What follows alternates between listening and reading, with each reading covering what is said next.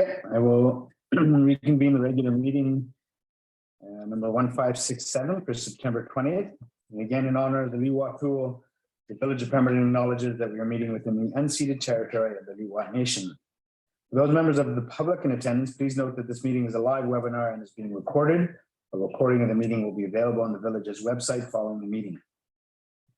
Are there any amendments to the agenda? Seeing none, can I get a motion to approve? Councillor Noble, seconded by Councillor Zant. Anyone opposed? Motion carries. Rise with a report from in camera. We do have one, and Council is rising with a report on the following, which was approved at the in-camera meeting number 1565 on July 12th, and is that staff be directed to establish a roads maintenance policy and bring back to a future committee of the whole meeting for review. Approval of the minutes from regular council meeting 1566 from Tuesday, August 30th. Moved by Councillor Noble, seconded by Councillor Craddock. Any opposed? Motion carries. Any business arising?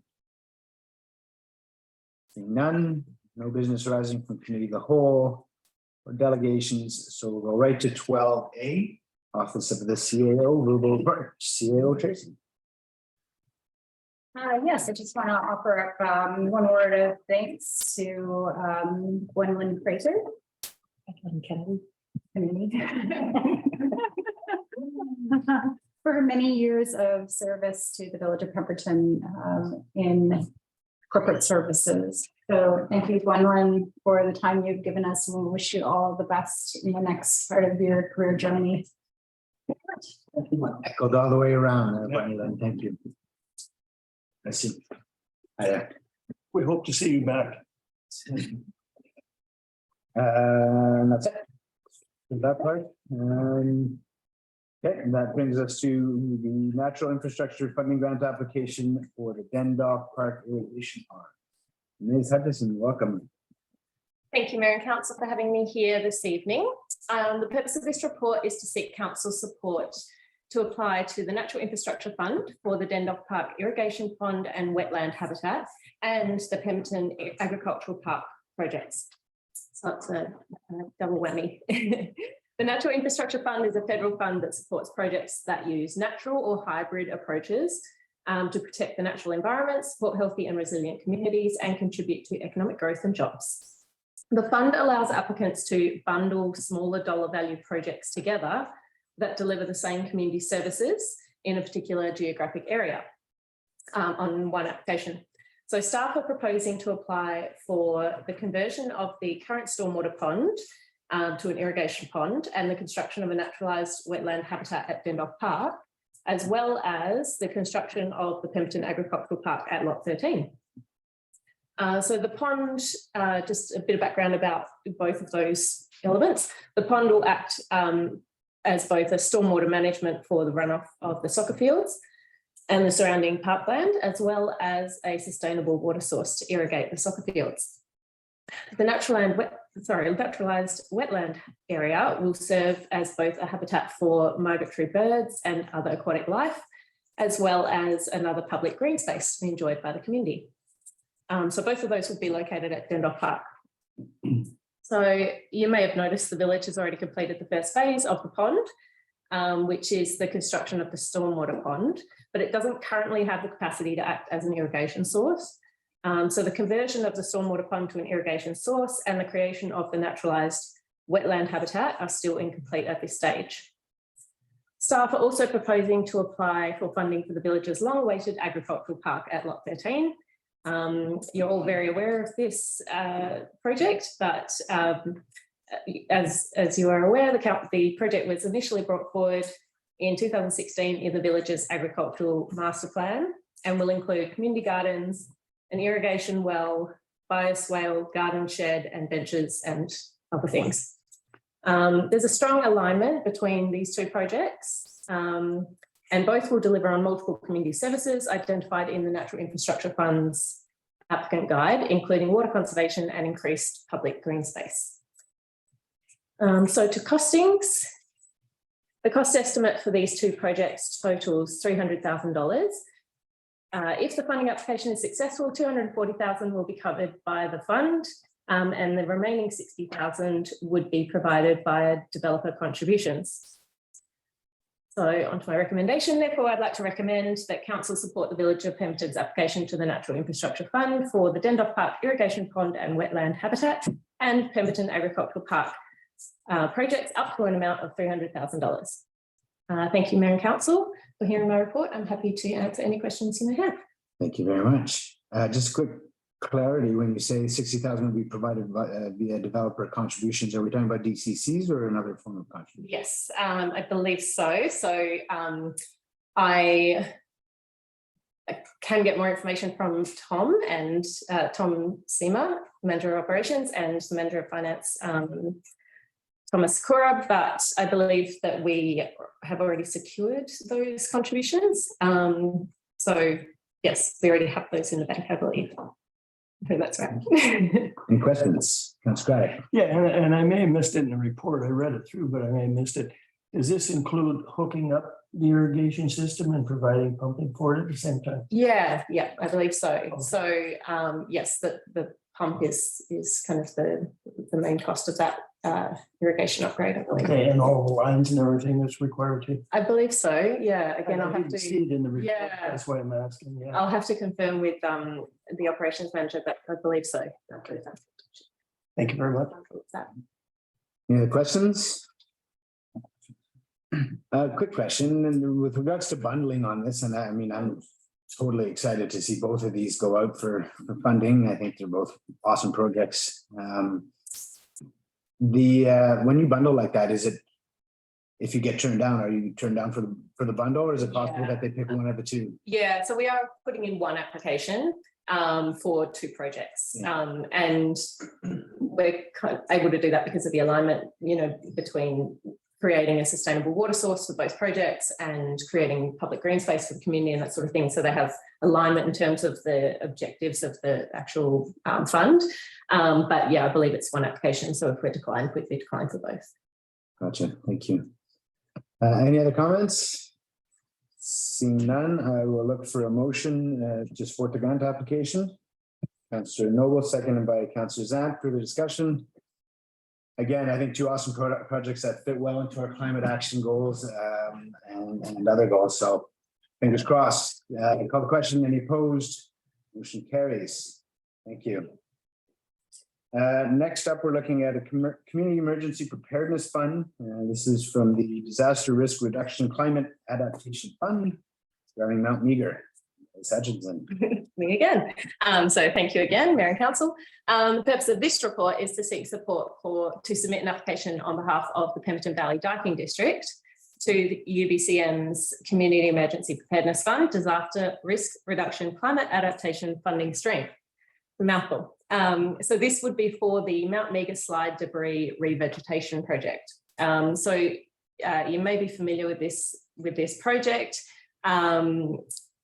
As you may recall, at the regular council meeting number 1539 held on Tuesday, 4th of June 2021, Veronica Woodruff from Clear Course Consulting and Troy Bicardi from the Watt Nation presented a report to council about the Capricorn Creek Rehabilitation Project. They informed council that debris from the 2010 Mount Meager landslide has inundated the upper reaches of the Lillooet River, and they proposed a project to improve the outcomes for fish and wildlife and mitigate future flood risk through regenerative landscape processes to secure the damaged landscape. So at that meeting, council resolved to send a letter in support in principle for the Capricorn Creek Rehabilitation Project, and that letter can be found on page 73 of your agenda package. So the Community Emergency Preparedness Fund is a suite of funding streams intended to enhance the resiliency of local governments, First Nations and communities in responding to emergencies. Funding is provided by the province and is administered by UBCM. The intent of the Disaster Risk Reduction Climate Adaptation funding stream is to support eligible applicants to reduce risk from future disasters due to natural hazards and climate-related risks. As council may be aware, the Pemberton Valley Diking District are not considered an eligible applicant for the purposes of this funding application. Therefore, staff would like to propose that the village submit an application on their behalf with grant writing services to be provided by Clear Course Consulting to fund the Mount Meager Slide Debris Revegetation Project. So this is also known as a flow-through grant. You might know it better as a flow-through grant. So the cost estimate for this project is $2.3 million. So it's a big one. Funding, if the funding application is successful, the entire $2.3 million would be covered by the Community Emergency Preparedness Fund. So recommendation is that council support the Village of Pemberton's application on behalf of the Pemberton Valley Diking District to the UBCM's Community Emergency Preparedness Fund, Disaster Risk Reduction Climate Adaptation Funding Stream up to an amount of $2.3 million to fund the Mount Meager Slide Debris Revegetation Project. Yeah, one of the funding requirements to be able to just say the funding. They've got so many levels. Questions? Maybe through the CAO on this one. This is more covered under the Diking District, so not so much under our funding, but between this one and the previous one we approved, is it within the mandate to be able to get it done through the staffing levels? Well, and that is a really good question. So this is actually, it's a flow through, just like the previous one. So basically it enables the Diking District to do the work, just like the previous grant. But we have the pieces of administration that come from us, which is the preparation of the grant in concert with Clear Course, and as well as the Diking District, and then basically the execution, which would be through the Diking District. But I think you bring to light a question that we were grappling with. Certainly, we had support from council in terms of this initial piece that was brought to you regarding Capricorn and the settlement. But again, the impacts of this lie heavily on the village, right, and the citizens who live here. But the project actually sits within the SLRD. So in terms of our scope of ability to do this work right now, the lion's share of the work is done already in the preparation of the grant. The follow-up reporting, I think at this juncture, is something we've determined that we would be able to do as in support of the flow through grant going forward. But this is definitely something in consideration for future opportunities like this, as to whether or not we put ourselves into these things when we may or may not have the capacity to be able to facilitate them. Yeah. Thank you. Can I just add to that as well? I mean, in the past, we have put in place a memorandum of understanding with the Diking District to ensure that throughout the life cycle of the project and meeting all of the grant requirements and that sort of thing, that a lot of those responsibilities, or as many of those responsibilities as possible, will fall to the Diking District, as we're just acting as a flow through component. So we would be following that same procedure this time around and putting in a memorandum of understanding in terms of the responsibilities. Thank you very much. Any other questions? Again, you said it's all 2.3 million will be covered through the grant. I think somewhere in the report though refers to some in-kind contributions. Yeah, so those are as far as I understand, so they were provided to me by Veronica from Clear Course. So this would be in addition to the 2.3 for the project in general, I believe.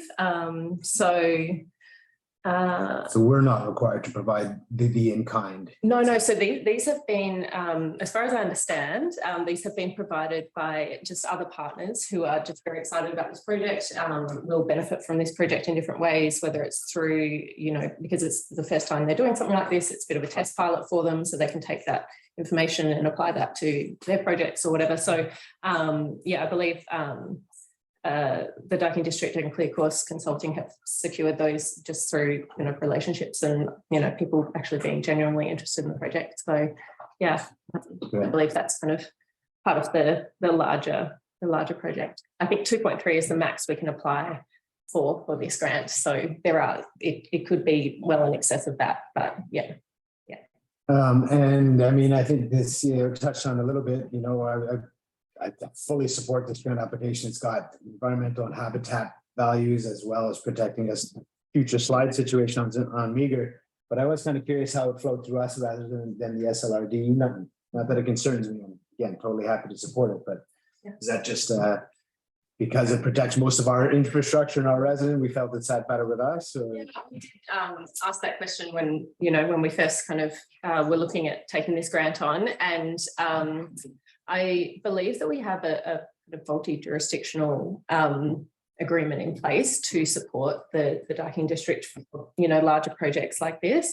And the SLRD have supported them in the past on past applications, and I think have a number of applications in process at the moment.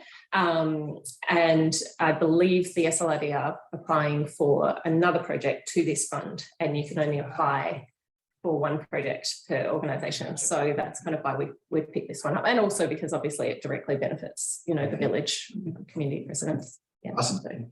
Yeah. Not seeing any further questions or comments. Would somebody like to move support for this grant application? So Caddick, seconded by Councillor Noble. Further discussion? Opposed?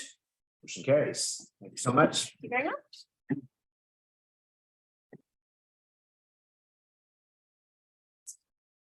On to 12B, corporate legislative services. They don't care with it. We're on to 12B, the zoning amendment comprehensive development zone, public hearing notification correction. Music stops. Sit down. I actually came with notes tonight. Thank you very much, Mayor and Council, for having me and hearing my report tonight. This report is to provide an update to council with respect to zoning amendment development zone 6, bracket Sea to Sky Community Services, Harrow Road Affordable Housing, and bracket bylaw number 936, 2022. There's another long title. Public hearing notification, and to seek council support that it has considered the circumstances and considers that the actions taken by staff are reasonably equivalent to that which would be provided by a newspaper publication. So by way of background, on August 30th, council gave first and second reading to bylaw 936 and set the date for the public hearing on Monday to be Monday, September 19th at 6:30 p.m. Notification of the public hearing was placed in the Peak News magazine and was brought forward on September 8th, the first of 2 notices, and property owners within 100 meters of the proposed development were provided notice through a direct mail out. On September 8th, Her Majesty Queen Elizabeth II passed away, and a period of mourning begun with the funeral scheduled for Monday, September 19th. On September 13th, the federal government announced that September 19th would be a national day of mourning in recognition of the Queen's passing and anticipation, and that the provinces were being asked to consider the same. In anticipation that the provincial government would do the same, the decision was made to move the public hearing to Tuesday, September 27th at 6:30 p.m. This was a very last minute decision in order to meet the deadlines established by the Peak News magazine for changing our ad. Staff made the arrangements for a new notification to be in the Peak newspaper, and an update notice was also sent to property owners within 100 meters of the development, and this was done on September 13th. Unfortunately, it was discovered on September 15th that the Peak News magazine erroneously published the old notification of September 19th for the public hearing date and not the new date, which was set for September 27th. And pursuant to Section 94 of the Community Charter, notification must be published in a paper that is distributed at least weekly and at least once each week, so 2 weeks in a row. And as we only have one newspaper a week that publishes on Thursday, it was not possible for us to get a second ad in the paper in the time frame that's required. As a result, concern was raised that the village did not met its legislative notification obligations and as set out in the Local Government Act and the Community Charter. Staff did review the relevant sections of both acts and sought legal advice on the matter, as it was determined that it was not possible to meet the requirements of Section 94 respecting publication in a local paper. As noted in the report, Section 94.1 does permit publication by alternative means if publication in a local paper is not possible. So consideration was given as to whether it'd be possible to provide notice using the section of the Act and that the notification requirements could be met. After consultation with legal counsel, it was determined that if the village did a number of different things. We could meet the intent of providing alternative notification.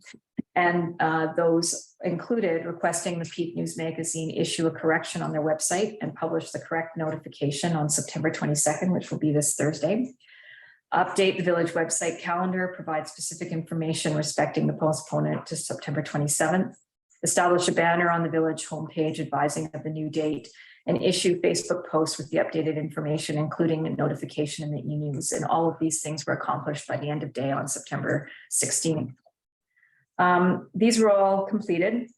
As well, the new notification was sent out to property owners on September 13th, advising of the new date. So we had met that, the need to make sure that we followed on that as well. We also went a little bit further and we placed notification at the village notice board, which is located at the post office, and on the front door of both the village office and the White Building, providing explanation of the change of date. The final step to ensure the village has met its obligations is to seek a resolution of council, confirming that it considers the alternative means of notice to be reasonably equivalent to newspaper ads. And the report sets out the recommendation, the wording for the recommendation as required, which is the recommendation is that having considered the staff report of September 20th, 2022, setting out the steps that have been taken to correct the erroneous public hearing notice published in the printed edition of the Peak News Magazine on September 15th, council considered the alternative means of notice referenced in the report to be reasonably equivalent to notice of public hearing provided in a print edition of a local newspaper the week of September 12th, 2022. The council determines that alternative means of notice is not considered to be reasonable, then the alternative would be to cancel the September 27th public hearing and select another date. That's my report. If you have any questions, I would be happy to answer. Thank you, Ms. Fraser. Questions? Comments? I just want to say thank you to you and your staff for being obviously as transparent as you possibly could here. Thank you to your staff for going above and beyond to correct this area. So thank you for that. We appreciate your transparency. Welcome. And for acting so quickly. Yes. Any other comments? Would you like to move the recommendation as laid out? Councilor Craddock, second by Councilor Zat. Further discussion? Any opposed? Carries.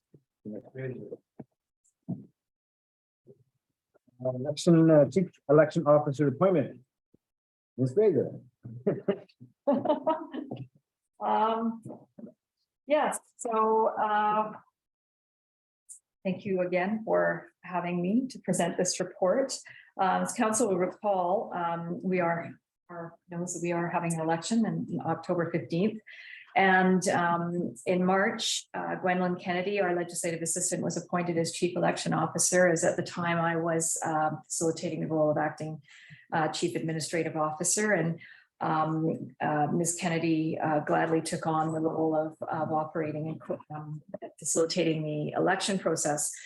Unfortunately, Ms. Kennedy is leaving the village.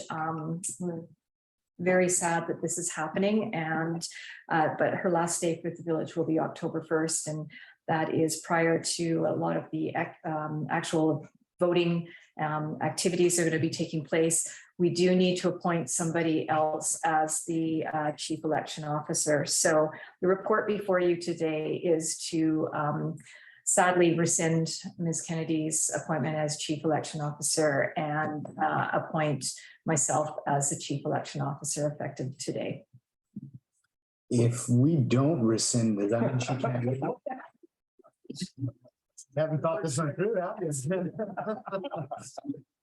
We actually did have that conversation. Any questions? Somebody like to make the motion to rescind Ms. Kennedy as chief election officer and Ms. Fraser? Councilor Noble, same by Councilor Zender. Is that a question? Go ahead, sorry. So this goes back to our staff report. And I'm sure you've already thought about this, so I'm sure you have the answer. Just because thinking of your workload, is there anybody else within the staff that could take on this role at this point in time, this close to the election? No, the role of chief election officer is actually a component of the corporate officer's role within the organization and under the job description. I have facilitated 5 elections, and we have we have a lot of very, very new staff. The longest serving person other than myself is 17 years in finance, so not doesn't do the election part. So at this point, it does make the most sense. Yeah, and we're too late to bring in somebody from a consultant from outside. I'll second the motion. Further discussion? Call the question, any opposed? Motion carries. Thank you very much. Thank you. Step on 12B3. Your business license refusal, Ms. Kennedy will be reporting.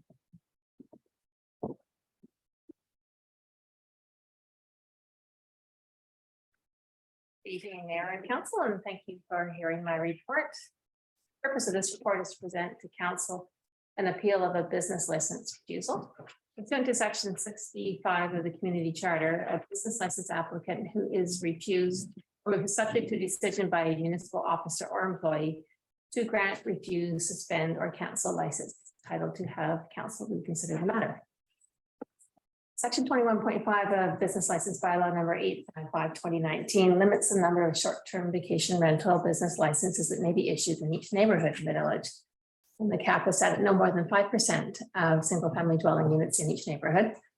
And establishes a limit of 2 short-term vacation rental business licenses at the Ridge neighborhood. Staff received a short-term vacation rental business license application from Jagoda Kozikowska on August 22nd. And as the cap had already been met prior to the state, staff were not able to process the application. So this report presents an appeal submitted by Ms. Kozikowska, attached as appendix B, requesting reconsideration by council of staff's refusal of her short-term vacation rental business license application. Ms. Kozikowska requests that council make an exception to the neighborhood cap for her application at the Ridge. However, option is not available to council as the cap is established as a business license bylaw. Should council wish to allow the application to proceed, an amendment to the bylaw will be necessary, either removing or extending the cap. And there are 2 options for consideration. One is to deny the business license appeal. And the second option is to defer decision on the appeal and direct staff to review the current neighborhood allocation cap system and to present a report at a future meeting of council or committee of the whole. However, due to current workloads, the review of the business license cap would be deferred to 2023. And staff recommend option 2. And this concludes my report. I'd be happy to answer questions. Thank you very much. Questions, any questions? Answer Pat. Why would staff recommend option 2 and take on a whole bunch of work after we spent so much time and dealing with the community in putting the cap in place? I think that's an excellent question.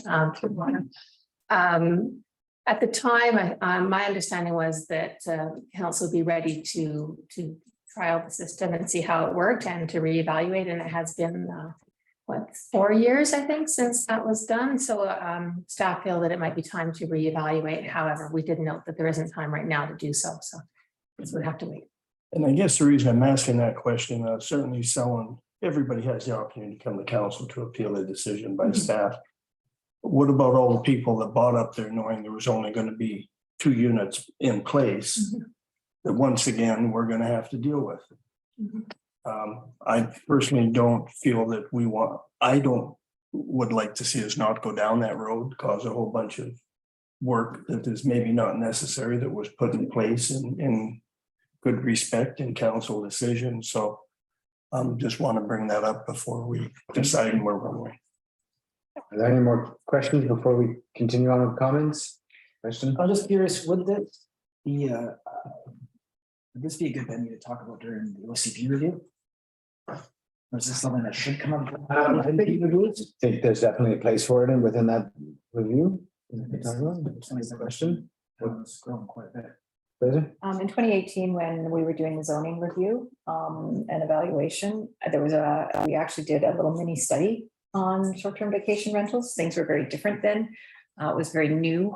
everybody, communities all across the province, across the country were learning how to adapt and adjust to the what is it called? Sharing community. And, you know, there could be definitely, it was all done sort of at a zoning level. So there could definitely be opportunity through the OCP. I'm sure it would come up as part of the housing discussions. Any questions? Go ahead, Councillor Antonelli. Councillor Have we Antonelli? received any complaints? Yeah. Have we received any complaints from Airbnbs that are operating? Just noise, strangers in the neighborhood, that kind of thing? Do you receive a lot of complaints, Ms. Fraser? No, we haven't. We had a couple of years ago, there was issues with one Airbnb, but they are no longer operating. So we've had no complaints or concerns. We do hear from people who raise concern around the number of short-term vacation rentals or Airbnb listings in this area. It is quite confusing when you go on the Airbnb site, because if you do check Pemberton, you will probably find 160 listings or something, but a lot of those listings are in Whistler and up the Meadows and outside of our actual jurisdiction. The numbers within the village of Pemberton have stayed pretty consistent, and most of those do have business licenses assigned to them. Those that don't, we're trying to track down, but it's very tricky because unless you can find the address, it's challenging to identify the location. But we do monitor it because that is the direction that council gave us. Thank you. Question? Would it be, Just to follow up on that, Yeah, please. go Yeah, to follow up on that feedback, I think it's reasonable to be reviewing our policies every, few years or so, especially considering how new it is and we're not getting that many complaints. So in my mind, it is reasonable to put this on a list for 2023 to look at, whether it's part of the OCP or a separate project. I wouldn't want to exclude people from the opportunity when right now it seems really quite well integrated. But I think, staff would have to dig into it a little bit more to really answer that question. So in response to, the application to review that business license, I understand we can't really do that right now, but I think we should, provide them with the opportunity of regular review of our policies. Thank you. what I was gonna suggest, if we go with option 2, can we remove the fact that staff will take a look at it, but we refer this to the OCP review, which is in the process, and rather than having, because basically it's going to be parallel from staff doing it and the OCP doing it. It doesn't seem to make a lot of sense staff wise to do that. So I'm trying to work the middle ground because I would like to deny. I got myself, I've been waiting to speak, and then Councillor Zant, do you have a clarity? Just some clarity, I mean, the opportunity for short-term vacation rental is established in the zoning bylaw and the business license bylaw. So when we talk about it, reviewing it or having consideration of it as part of the OCB, it's more around the larger conversation around the sharing economy and that kind of, as opposed to dealing with the actual regulations. The regulations are set in the zoning and the business license bylaws. So there could be a bigger conversation through the OCB process, but just And that's what I want. just to manage expectations. Once the OCP process is completed, then it would roll out to the zoning and the business license. But in the meantime, we would maintain what we've got. Yeah. So, yeah, I agree with Councillor Antonelli's comments as well, that when we make bylaws, create bylaws and policies, we recognize that it's a work in progress and that we should review our policies and bylaws regularly to make sure that they still fit and they're still suitable And, you know, for instance, in this case, it might be the context of density in the neighborhood, whether the 5% cap belongs on a dense neighborhood or less dense neighborhood, I don't know. But that's context, I think, that could be explored through a review. So I agree that we should review our bylaws, and I'm happy to support that, and I'm happy to leave it in staff's hands in terms of how they feel it fits into the work plan best and how it relates to the OCP. So yeah, those are my comments on that. Maybe I'll wait before I ask them the next question. Councillor Zan. Well, I was just gonna say, I mean, this is, in my view, I guess the OCP is to form what, you know, what Pembina wants for its community. I think this is one of those, you know, if there was a big conversation before, it could be bigger, or even the same size now. I think that is really a good spot to place this, you know, along with Ms. Fraser's comments as well.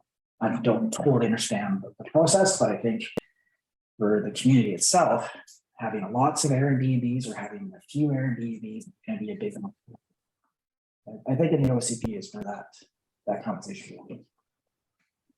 That makes sense. Any comments? I just would echo the same thing. I think it's time for a review, and it looks like something that would be well captured within the OCP. Okay, so the recommendation, the motion is that council defer a decision on the appeal, and that council direct staff to review the current neighborhood allocation cap system for short-term vacation rental business licenses and present a report at future meeting of council or of the committee of the whole. Would you like to make that motion?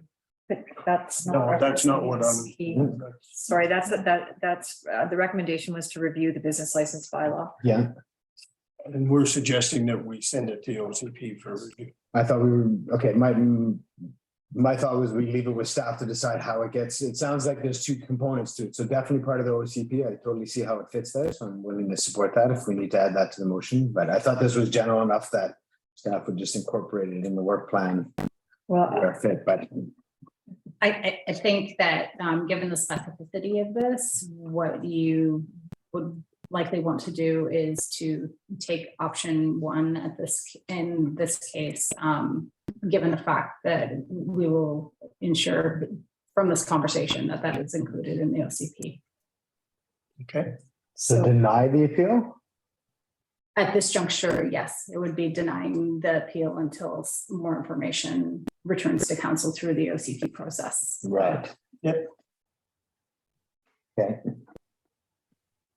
Sorry, I'm just a little confused. I thought the second option was that we defer that decision and that the work happened.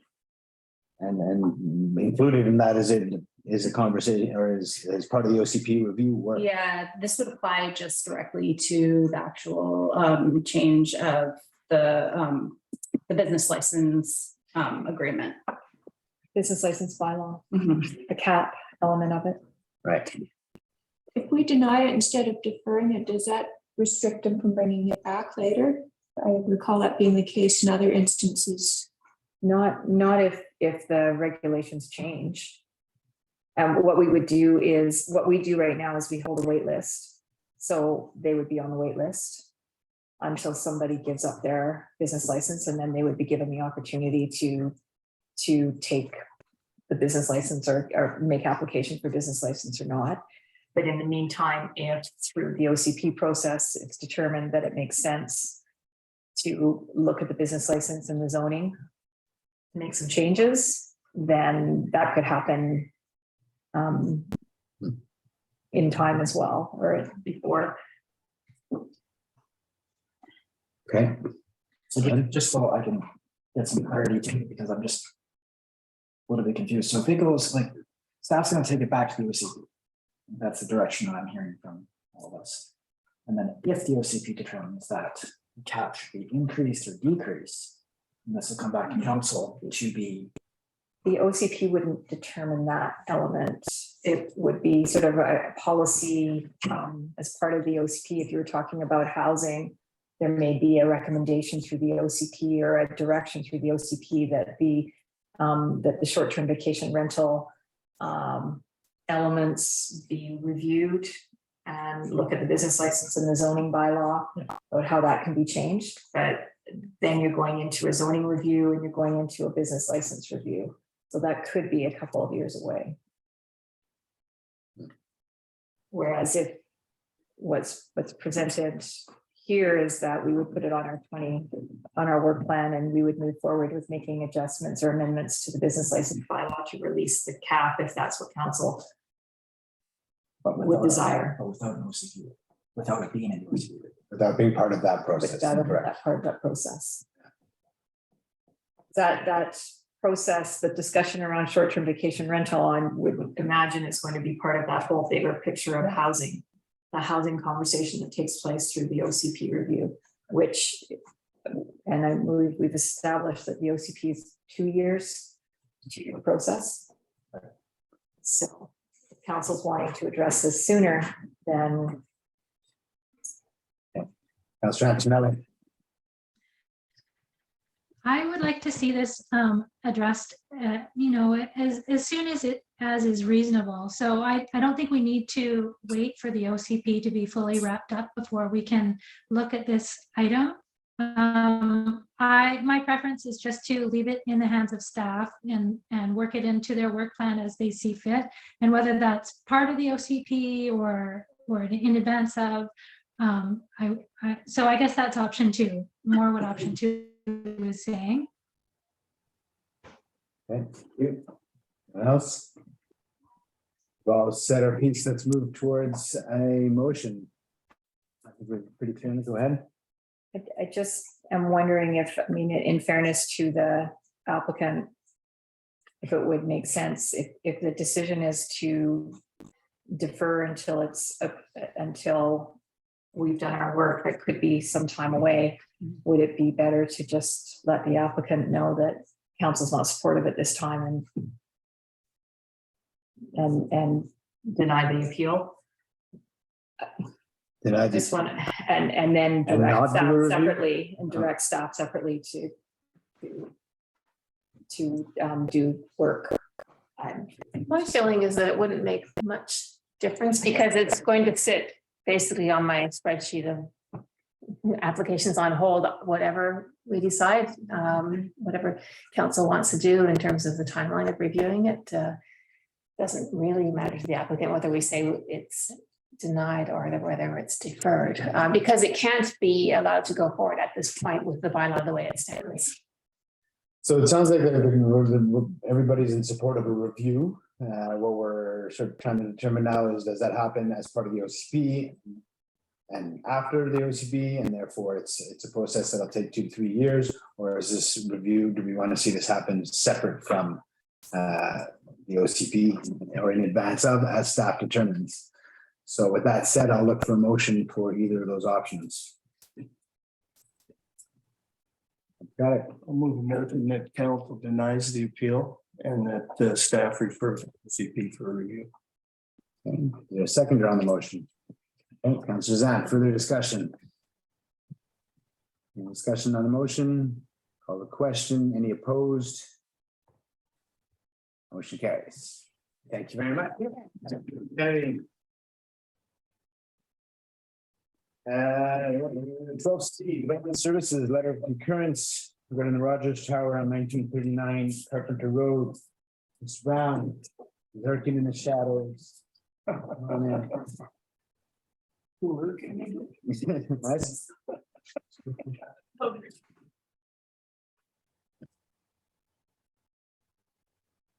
All right. Thank you, Mayor and Council. So this report presents an application from Rogers Communication with their agent, who are here with us. This is for a proposed telecommunications tower at 1939 Carpenter Road in the industrial park. And so bit of background, telecommunication towers are regulated federally through what's now called Innovation, Science and Economic Development Canada, formerly known as Industry Canada. And so that they have a process that needs to be followed by proponents, which includes public consultation and mail out advertising, with the conclusion of that process being referral to Village of Pemberton as the local government for comments and for requesting this letter of concurrence. And so the proposed tower is 30.6 meters with a fence compound for equipment on the ground. So when we started to review this, Pemberton's OCP does support the development of infrastructure like this.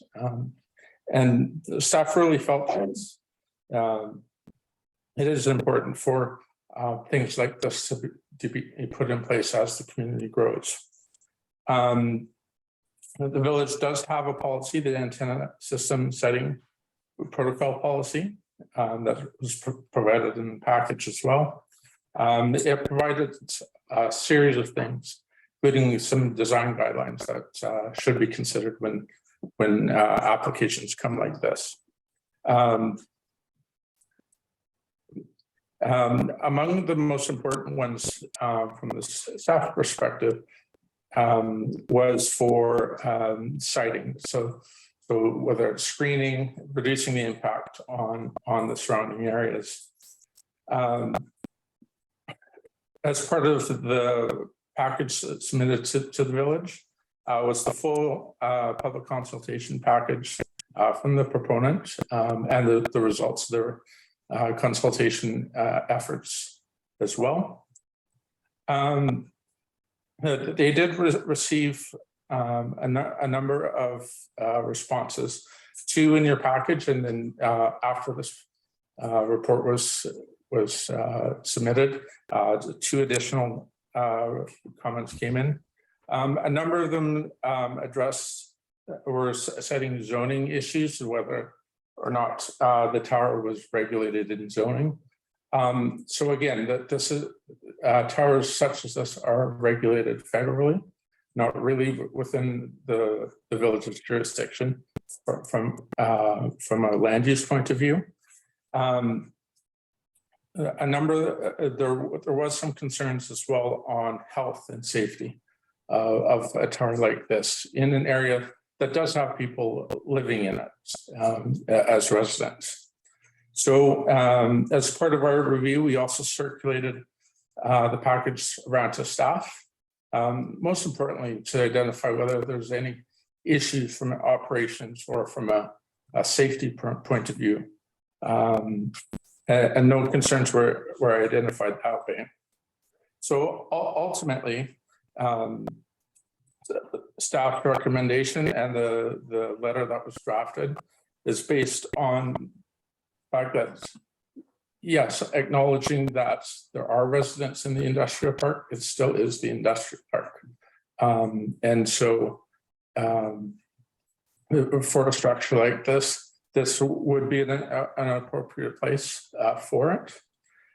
We do acknowledge, though, that there could be a visual impact. And so in the conditions in the letter, right, it does direct staff to work with the proponent to work to mitigate those impacts. And so the recommendation is to direct staff to issue the letter of concurrence that's provided as Appendix C. Mr. Brown, questions? Let's look at the questions to start, please. Let's go ahead. Yeah, and again, maybe I missed it in the report because it was a little technical there. I'm wondering if 30 meters high, about 100 feet. I didn't notice anywhere in there that they talk about a red light on the top for aviation detection. Yeah, I'm not too sure about that one. Again, our proponents are here in the room that may be able to answer that question. No light is required. There's no lights required. Thank you. Councilor Antonelli? Are there any alternative sites that might be, have less of a visual impact, and also alternative sizes of tower? 30 meters is really high, and it looks like a bit of an eyesore. Okay. Yeah, so I do know that there were some questions on the location as well in the public responses. There is a TELUS tower currently in the industrial park apparently was not suitable for the equipment that Rogers needs to install. That's the extent to mine. Perhaps our proponents can answer some more of the. Yeah, we did look at other locations within the business park, but really we're trying to improve service in the business park and the surrounding areas immediately around it, but also up and down the highway. So probably three or four kilometers up and down, either way on the highway. The other sites were just unavailable. This property owner had the space and willing to enter into an agreement. We did look at the TELUS tower. The TELUS tower is far too small to accommodate Rogers equipment and effectively service. So it was only 20 meters tall. 30 meters is, I'd say, a medium-sized tower. They kind of range from 20 meters, or the one in town here. I don't know if you're familiar with the TELUS one, the CEO in town, the white pole. That one's 15 meters tall. That's kind of as small as they get. And then they range up to about 80 meters in height. So this one's like a comparable, compromising, small enough that it's not that imposing on the immediate neighbors and the immediate environment, but also big enough that they can service a general area. And Rogers is really trying to improve service in a lot of small communities throughout BC right now. They do want another project in the downtown here that they've just released to us and trying to improve service down here. This project won't service this area of Squamish. Really, there's only one tower that services Squamish. It's on the mountainside northeast here. Yeah. So, you know, we did look at other options, but this was really the only available one. It is obviously on industrial land. This is where you normally see these types of pieces of infrastructure. The zoning bylaws in most communities don't talk about height for communications towers, height or transmission towers. Let's get to answering the questions. Yeah, okay, sorry, That's not how it works. Thank you. Any other questions? Comments? Okay, I'll leave with a comment. I mean, actually, I guess it's partially a question for you too. You say there's, you know, the service area you're intending to hit. You said 3-4 kilometers in that area there, whatever it is. I know there's at least one, if not two properties at the back of the industrial park that are available, and they've been available for a little while. One in particular, we're talking like two blocks down in the business park. Would that not be able to service just as well? Because it would fit much better in the natural landscape if it was closer to the railway and the mountain.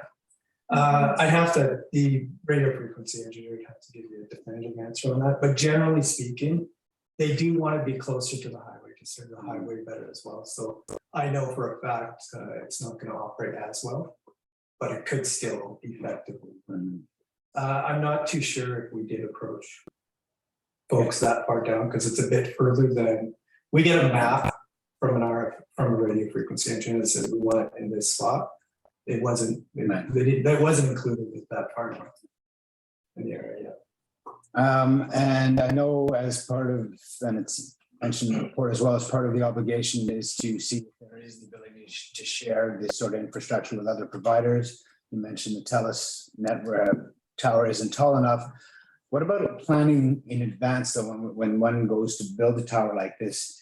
That consultation with other providers, does it happen in advance so that perhaps we could look at one tower for the future, as opposed to, well, TELUS isn't big enough, and then 2 years from now we get an application saying, well, Rogers isn't big enough and we want to put one over here? Are we planning ahead so that we can do perhaps one tower that's shared asset? Is that Yeah, so that does comprise part of our policy when we review. And so there would be preference to use one tower for several different providers. And so if the TELUS one wasn't available for this purpose, there has been communication that Rogers would be open to having another provider use the tower as well. And our staff have identified that it could be a spot for a radio receiver for our fire department and for our own operations to crew as well. So question you, sir, you know, you said the TELUS tower doesn't allow, it's too small, and that's, I understand. So you've done that part of the consultation. Have you spoken to your competitors, I guess? Yeah. In terms of future planning and the ability to join forces? Usually we've stopped, I don't think we've asked in this instance, but we can as a courtesy afterwards, just ask. There's only one other provider, and it's Freedom Mobile, that doesn't operate up here right now. I think the customers do roam off with Rogers network, but we can ask them as a courtesy after this, and if the fire hall wants to add something as well, discuss that. Thank you. So, I mean, totally get the value of it. I would like to personally see it explored, located further at the back of the park.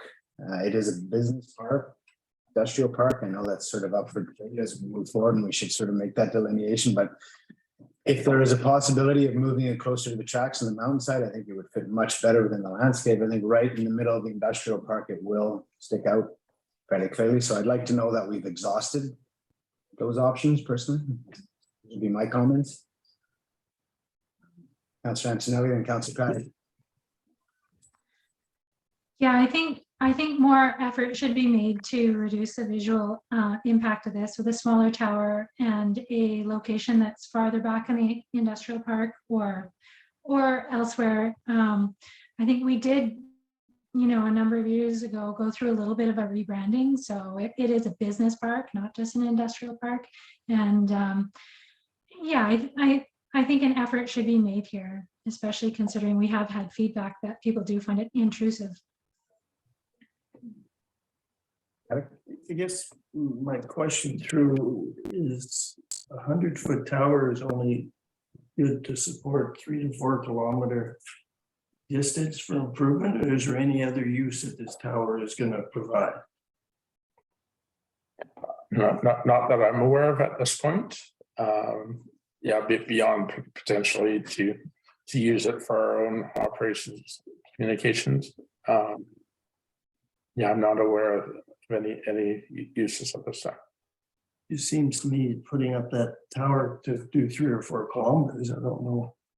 Other people think, but that doesn't seem to be much of a spread. I mean, 3 or 4 kilometers, it doesn't get very far up the meadows, or it doesn't get very going towards Joffrey Lakes where we need it. And I just 3 to 4 kilometers seems like a sad situation to put a 100-foot tower up. Maybe I'm wrong. I don't understand that. Sure. So I echo the sentiments of the council. I think some more research should be done on the location, but one question I had is through the mayor, the proponent, is you mentioned about Rogers uses other towers and other providers use other towers and whatnot. What's the possibility of just replacing the TELUS tower and going in with them, one tower? Again, I mean, just one tower with TELUS and Rogers at the location of the TELUS tower. Or you go a little bit taller at a different proposed location with one of your competitors. Replacing TELUS's tower. But as a team together. Yeah, they're competitive. So what would happen is Rogers would have to give that asset to TELUS. So Rogers really isn't inclined to do that. This is a competitive environment. We're in the middle of a business park. It's where you see these. I couldn't emphasize that. So, they're trying to improve service. Operating a network is expensive, yet they require towers every 3 or 4 kilometers. In urban areas, it's a lot closer than that because that's all they service. Because there's so many people using these phones. Rogers get a lot of complaints. They're here answering those complaints by providing a significant, fairly expensive piece of infrastructure. Thank you. Okay, so I'm hearing general, agreement that we'd like to see the service, improvement in service. Oh, sorry, Councilor Noble, go ahead. I didn't see it. I was just gonna say that I would support your thought of putting it more at the back, exploring those other property options. Just because the height it seems a bit excessive for that location.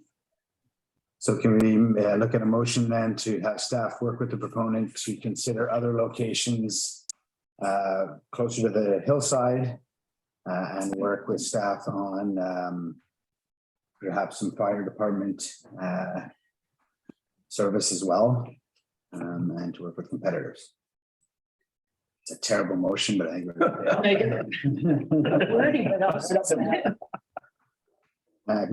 He's like, I got as far as locations closer to the hillside. some location closer to Hillside and to work with staff to see if there could be benefits to the fire department as well as shared services with other providers.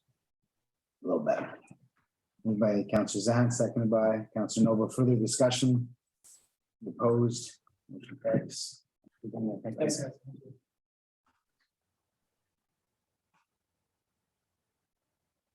All right, Thank you. thank you. Thank you. Okay, let's give a second to reset here.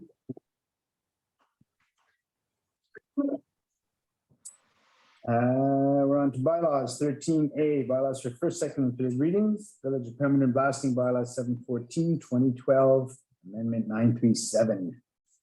Ms. Segovia, thank you. Good evening, Mayor and Council. The purpose of my report is to present to council for first, second, and third readings of the Village of Permanent Blasting Regulation Bylaw Amendment number 937. The proposed amendment bylaw attached as Appendix A, page 148 of your agenda package, extends the current permit duration from 14 days to 90 days or longer as determined by staff, and also requires the applicant to provide notice of the blast in writing at least 48 hours in advance of the work. Staff propose these changes to alleviate the administrative burden of processing the same permit every 2 weeks and to improve communication about upcoming blasts to both the affected residents and staff. Additionally, staff would like to propose to adjust the permit fees to reflect contemporary administrative costs as outlined in Appendix B, which is page 150 of your package. There are no further impacts on any other departments, and as such, I would like to recommend that blasting regulation bylaw number 714-2012 amendment bylaw number 937 be given its first, second, and third readings. Please let me know if you have any questions. Thank you, Ms. Segovia. Questions? Councillor Zahn. I'm just curious with the blasting bylaw, and this may be in another bylaw, but when they give notice, how are they giving notice? So there's two requirements that we have. It's only for residential properties that are within 300 meters of the affected blast area. And the notice goes out by way of email if it's a strata run area, or by hand delivery. And it's up to the blaster to deliver the notice, and that's in accordance with WorkSafe BC. Thank you. And further to that, my question along those lines was, so I'm sorry, I lost the wording.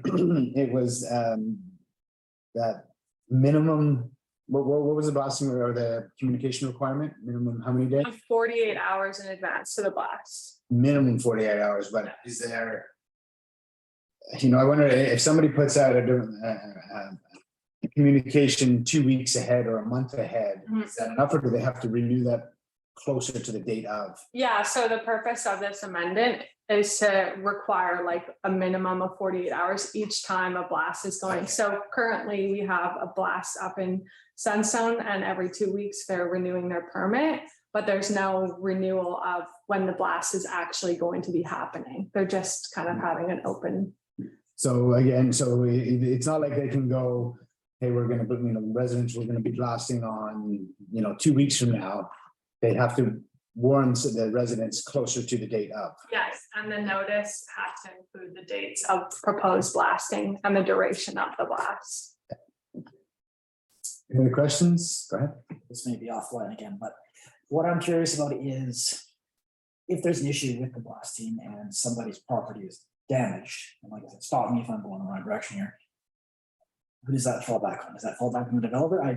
What I'm getting, I'll tell a little story. They had this issue in Langford years and years ago, where the developer was blasting and a bunch of people's windows were either blown out or smashed or damaged the vehicles. I'm just making sure, I'm sure we have, the village staff is excellent, make sure we're protected. And then who does that fall back on if there's damage to the properties, adjacent properties? So a current certificate of liability with the village as named policy is required for every permit application. So if damages were to arise, it would fall back on the blaster, who would likely lose their license or have to deal with the claims themselves, and the village is protected under that insurance. That's what I was. Thanks very much. Move the recommendation. We got a second, moving a second, or any further discussion? No question, any opposed? Carries. Thanks, Nikki. We're on 13A2, Villages of Pemberton fees and charges bylaw number 905, amendment. Bylaw number 938. Kennedy. Hello, once again, this is a quick report and follow-up to the one you just heard. The purpose is to present to council an amendment to fees and charges bylaw number 905/2021 that updates the blasting fee schedule. Earlier during this meeting, council gave first, second, and third readings to blasting regulation amendment bylaw number 937/2022. That includes an update to permit fees, and as permit fees reside in Schedule D of the fees and charges bylaw, an amendment is needed to update the schedule. No other changes are made to the fees and charges bylaw, and there are no legal or communications elements associated with this bylaw amendment. The recommendation of the report is that council gives first, second, and third readings to Village of Pemberton fees and charges bylaw number 905/2021, amendment blasting bylaw number 938/2022. And that's the end of my report. I would be happy to answer any questions. Questions? Comments? Somebody like to make the motion? Moved as recommended, seconded by Councilor Noble. Any further discussion? Opposed? Motion carries. That's on 14, yeah. Yeah, 14 mayor's reports. Last couple of weeks, outside of UBCM, which was full week last week, just a couple of quick things to report. There was a PBIS meeting, actually, it was a short one, and I can leave that for Councilor Zan. But I did have an interesting conversation with the Squamish, should get a name right, the Squamish Food Protection Society. I've worked with this person a couple times now, and as well as Sea Sky Community Services on food security initiatives that they've got going. Won't go into a great amount of detail, but they're coordinating with each other and a lot of residents and farmers and having and restaurants and hotels, and just trying to see how food can best be, food security can be up, how food can be, there can be less waste, how we can keep more of our local food in the valley, all those really good things. So I just wanted to apprise you of that, because I think there's a lot of good work like that going on behind the scenes that people don't know about. But good conversation. Hopefully we see more coming out of that. But yeah, UBCM was kind of the big thing for the last week or so. Some great sessions on everything from healthcare to housing affordability, and Councilor Noble and Councilor Craddock were there. So maybe I'll just leave the sessions in that. If you guys want to just share any highlights. Some good policy sessions with cabinet ministers, some interesting stuff come out. Got confirmation about, recent announcement that 3NBC, just as an interesting side note. Normally when we look at recovery funds after emergencies, the local municipalities on the hook for 20% of those costs, and 80% are borne through ENBC through recovery. They've changed that criteria. We knew that was coming, but it was confirmed and talked about in one of these policy sessions. So now the local community or the local municipality be on the hook for 5 to 10%. It's based on a per capita damage. They have a different metrics to work it out, but maximum 10% as opposed to the 20%, and it could be as low as 5, as opposed to the 20% that we've had to come up with in years past. So just in one of the interesting notes that came out of some of the policy sessions that I attended. The resolution sessions were fascinating as always. Everything on the floor from, regulating more regulations around the growth of cannabis, medical cannabis, to, Tenancy Act and how that could or should be changed in terms of protecting tenants, and landlords, and so the whole range. Our two resolutions were pushed forward and endorsed. So the first one being on fire departments looking for some compensation as you know, for highway medical responses.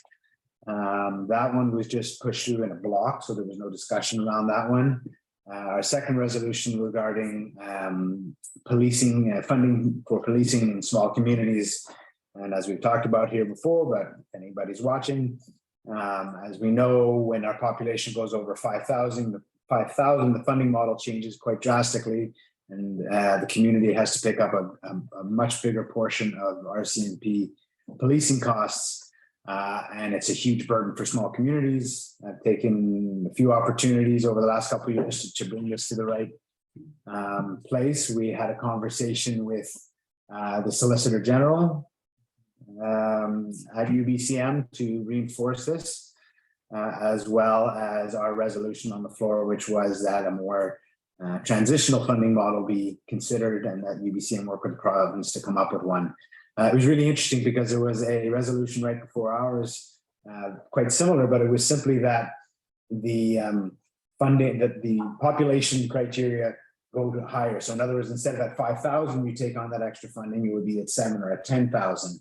And that was that resolution failed on the floor. There was a lot of conversation around it. Ours came up and I spoke to it, and then a few people supported it, and ours went through, again, more transitional approach. I think it was a more complete resolution, and it was pretty close to unanimous. So it was just kind of interesting to note, you know, the importance of how we put these resolutions together and that we're going after the right end game here. But yeah, ours was supported, and that'll go through UBCM executives, and hopefully we'll continue to have this conversation as we continue to grow towards 5,000. Other meetings I felt were quite productive. So the 3 other highlight meetings, and you know, over the years, UBCM and its speed dating with ministers, it's great. It gives us the opportunity to have audience with cabinet ministers, where we might not always get that audience, but it is a quick 15 minutes. And over the years, some have been very productive, some less so. 3 of the ones that I thought were very productive this week were one with the Ministry of Transportation. So a couple of members of our Regional Transit Committee, myself, Mayor of Whistler and Pemberton, Squamish, got together and we met with the Ministry of Transportation just to talk about how we're going to continue working together to progress regional transit in the corridor. And, you know, I don't have anything definitive to super great announcements, but there was a very much a willingness to continue to work with us and make this happen. I felt that the conversation was more positive and more productive and will lead to some more concrete steps than in some of the conversations we've had in the past. So lots of work to do there, but there are some proposals at the table and coming forward. And again, it seemed like there's much more willingness to have this conversation and work with us than some of the years past. So keep knocking on the regional transit door. We'll keep working on it, and hopefully more good stuff to come there. Another meeting we had was with Minister Conroy, and it was to talk about basically the flooding issues that we face here in Pemberton Valley. Director Mack joined me on that as well as and the MLA too. So we had good representation from the region because it's obviously not just a Pemberton issue. But we talked about, you know, what I wanted to really bring forward was that, and I think they got the message, was that we here locally are doing everything we need to be doing. We work collaboratively with Luwa Nation, the SLRD, the Diking District. We have taken every step over the years to build up our diking infrastructure and our flood mitigation infrastructure. You know, the Pemberton Valley Emergency Management Committee is an example of that. So, and our whole diking infrastructure is an example of that. But with the events of Meager Creek Slide and the fact that the sediment keeps building up in our rivers, and our flood protection lowers as a result, I think we painted a pretty good picture that we are in a unique situation. We face climate change like everybody else, but with this issue, we are in a very unique position.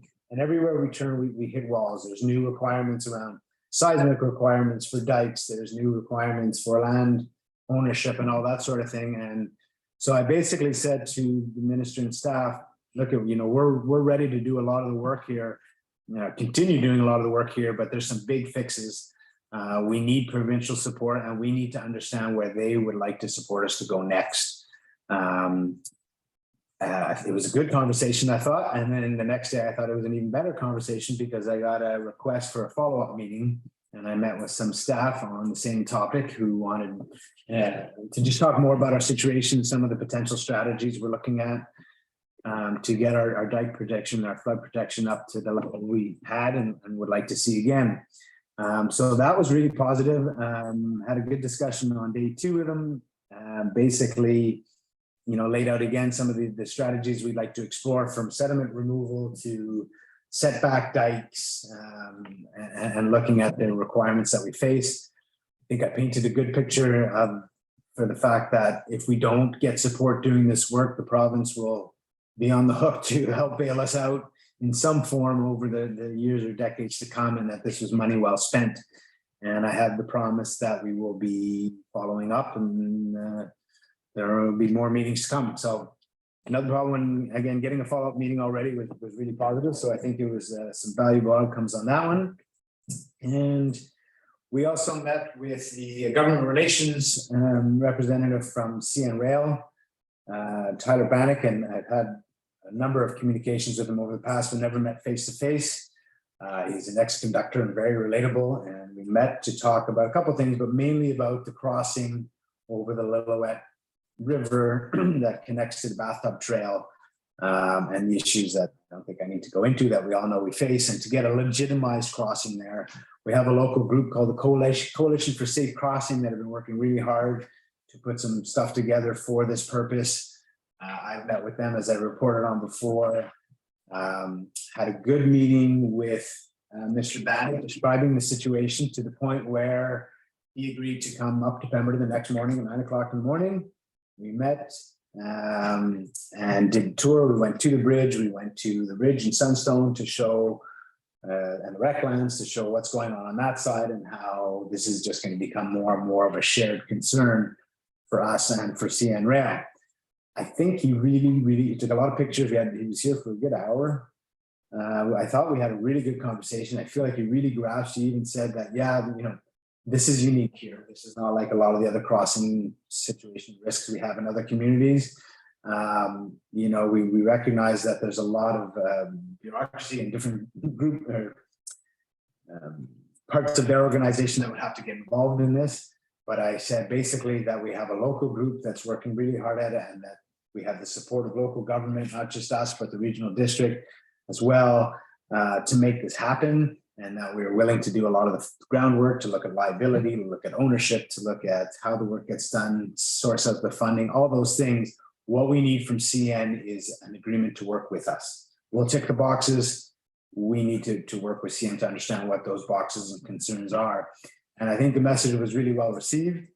And I was once again promised that in the next few weeks, we will have maybe follow up with more of the appropriate staff members from CN.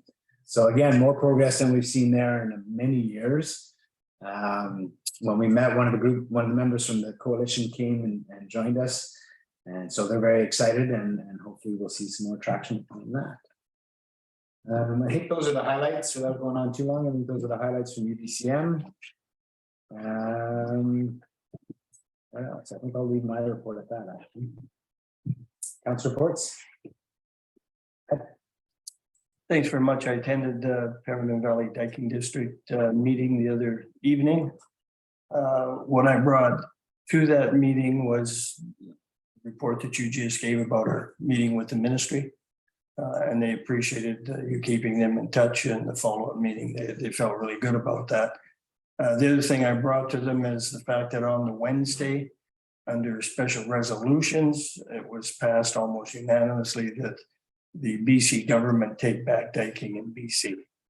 So hopefully UBCM will push that forward. And that was a surprise to the diking district. They hadn't seen it or read it in the paper at that point in time. So they were obviously, where does this go from there? So I said, if we hear anything, we'll keep in touch, and then vice versa. So that went well. That resolution was really well supported.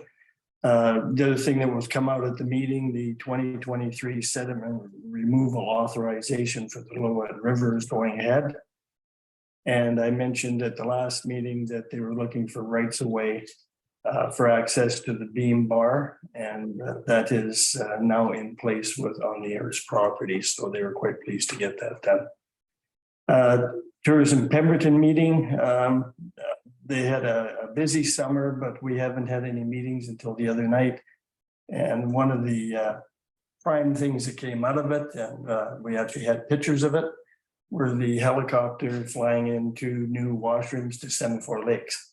So that's a really nice thing to see, because Semaphore Lakes is not as busy as Joffrey, but it's becoming extremely busy up there. So to have those two washrooms in place was a really good thing. And it's amazing how the chair of Tourism Pemberton happens to be the fellow that flew the aircraft. So I think it was a bonus kind of thing on that one. So it's kind of safe. This morning, there was a Community Wildfire Resiliency Committee meeting. Staff will be reporting on that at some time in the future. The only thing I brought to the meeting this morning is just to advise that group that there's 5 companies that are looking for tenure and land back in the regional district close to our area. And I was just bringing it to the table so they were aware of it and asking, what do we do out there for wildfire protection then? Because that's going to open up some space that hasn't been before. So they weren't aware of that. And so they took that down as a note that they would address in future meetings. Again, with UBCM, I think the mayor covered everything that I had on my report to bring back. Again, it was a good opportunity to get together. And one of the get-togethers I enjoy the most, and I think is most productive, is our evening with Squamish and Whistler and the area representatives.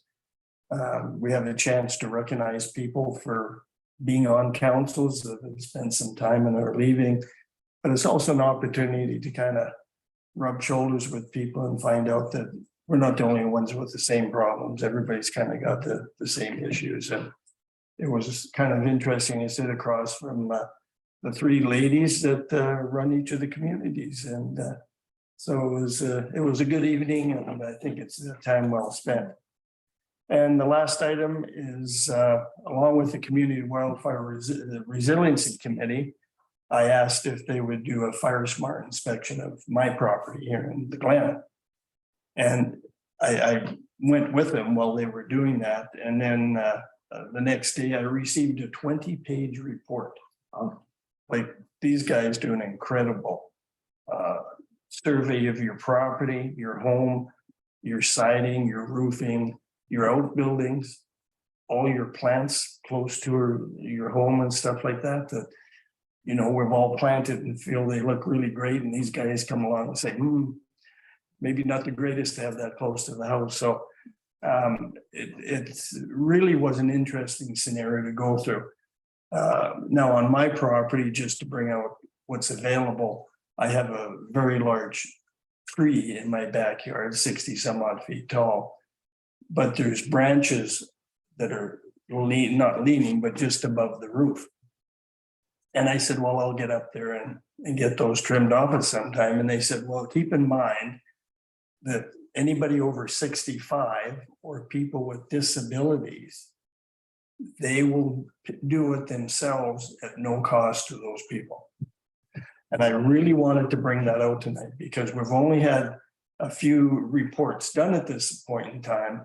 But I'm hoping that Peak will pick this up and let people know this report is available. It does not affect your insurance in any way at all. Like if you get a report that says you should do stuff. But on the other hand, if you comply with some of their recommendations, your insurance could drop anywhere from 5 to 15%. So there's a reduction potential in insurance. Anybody 65 and older with disabilities, there is funding available through their grant to come and do that work for you. So I really want to bring that out tonight, and I appreciate Mayor and Council giving me that chance to say that. So that ends my report. Thank you. Anyone else? So I don't really get my notes organized, so I was dealing with. Go ahead. from hacking. But I attended the UBCM. I went to sessions on reconciliation, social housing, and the small talk forum. It was really interesting. And there's a lot of talk about how it's time to move beyond reconciliation into what they call reconciliation, which is like, you know, acting on it, making changes. And there's some really interesting talk from some Indigenous attendees on some differences and the importance of creating safe spaces for people to learn and talk and listen and get together. And there's a few people that mentioned that if an Indigenous person tells you to come to something, that's your invitation. Don't wait for something in writing because that's not their way.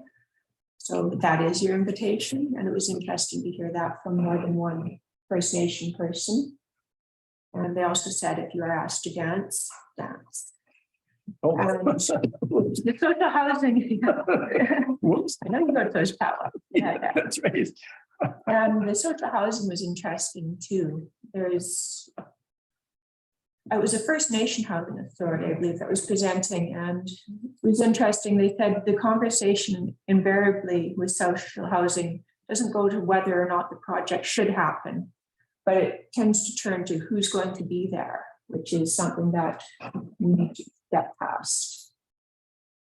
And I have heard that locally too. So that kind of resonated. And yeah, met with the CN representative. That was cool to meet him. It felt really promising. I think maybe he'll move to Pemberton and fix that up for us. And yeah, that's all I've got right now because my notes are total maths. Thank you. Councilor Antonelli.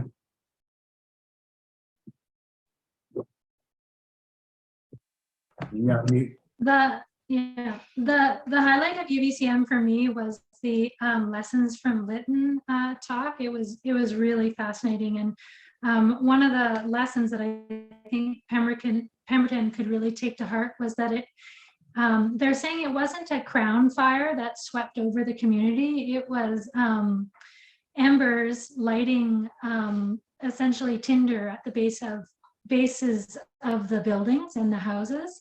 And that having a zero combustible zone within 1.5 meters of the house, they felt would have, you know, perhaps not saved the village, but had a really significant impact. And so that really made me think about Pemberton and how it's really the details that count. But also something that stood out was the storytelling. And the presenter had an amazing gift for telling the story of how the fires work. And I think we could really use that in Pemberton. So, you know, the brochures and whatnot are very helpful, but perhaps not that motivating. And I know our CAO was there listening too. And so I hope we can pass that information on down through our Fire Smart programs, that it's creating that compelling story that will motivate people to take action. Councilor Antonelli, do you know who the speaker was representing? What organization they were from? Not off the top of my head. Just wondering if there would be a potential for us to follow up or get a presentation similar to that for our community too. Thank you. There was a library board meeting last Thursday. There was quite a few items that came up. One thing that came up is the library's collection. And one thing that was noted is that it is the consideration is given the relevance to the community while also satisfying the reading needs of a large group of people with varied backgrounds, leading levels, tastes, and interests. Long story short, the library board supports the library director's decisions on what books should be on the shelf. And she takes her experience and judgment and also uses the basically what has been decided within the courts, what books can and cannot be on the shelf. And as I mentioned, for library board The support. decisions in the courts, is that what you said? Well, just books that are earned. She uses the courts guidelines. The books can and cannot be on the shelf. So, and the library supports what the library director decides to what is on the shelf. Forward, the library provided a month-long book display for National Indigenous History Month. They'll be using a portion of Law Matters grant funding again this year to do a book giveaway for National Day for Truth and Reconciliation. Next. First phase of the South Bay upgrade were completed in July. The south entrance and the interior library doors are now automated. The fire door has been replaced and is functioning as an alternate entrance when this for standard operating hours. One thing I want to bring up on a personal is that the library is still operating with, they still have their seed library, where you can go and donate seeds or take some seeds for your own personal gardens. I think it's a neat little program that our library is doing. By the time the season is finished, I'm sure there'll be a lot of people that want to give some seeds out and then take some later next spring.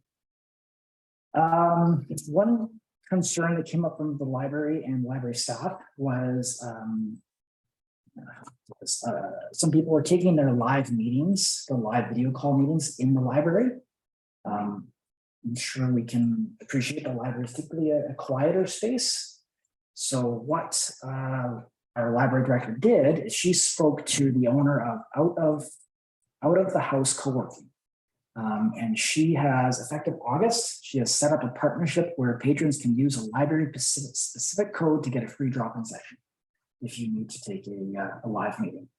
And this was just more offer because some of the other patrons were saying that they come to the library to read or study or whatnot, and then if somebody's on the library, they can become disruptive. So please move forward with the plan to mitigate.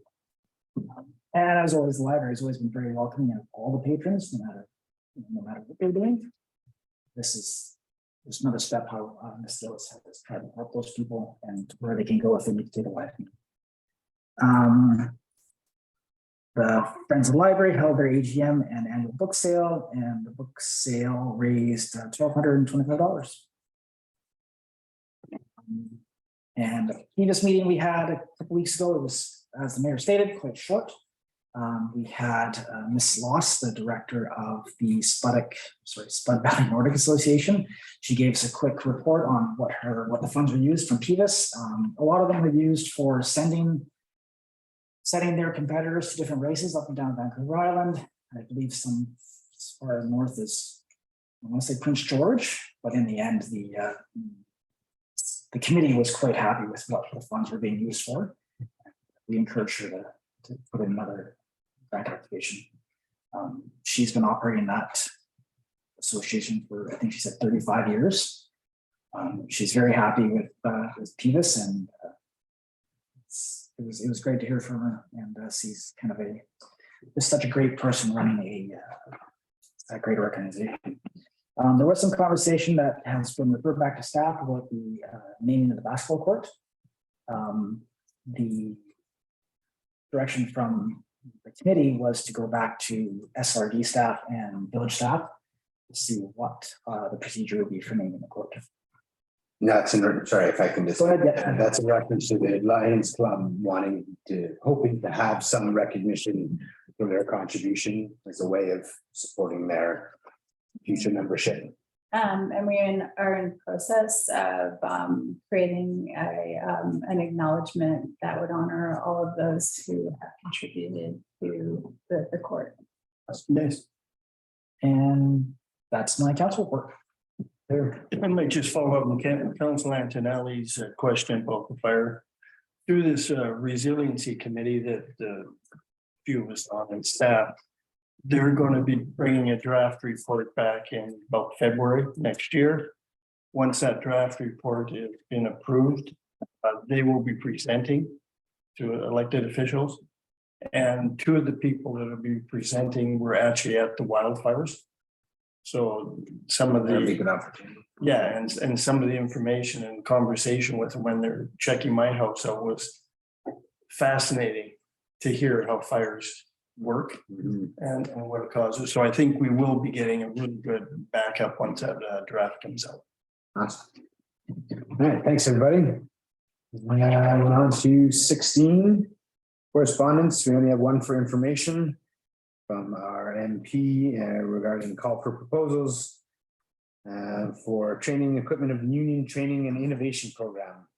So we'd like to move a seat. Councillor Carrick, second by Councillor Noble. Any opposed? Motion carries. Decision on late business. Late business, we have none. Notice of motion. Question period. The regular council meeting is now open for questions from the public. Please be reminded that only questions directly related to items discussed during this meeting are permitted. If any members of the public attending via Zoom webinar wish to ask a question, please click the raise hand feature in the webinar controls. This will notify staff that you'd like to ask a question and they will unmute your microphone when it's your turn to speak.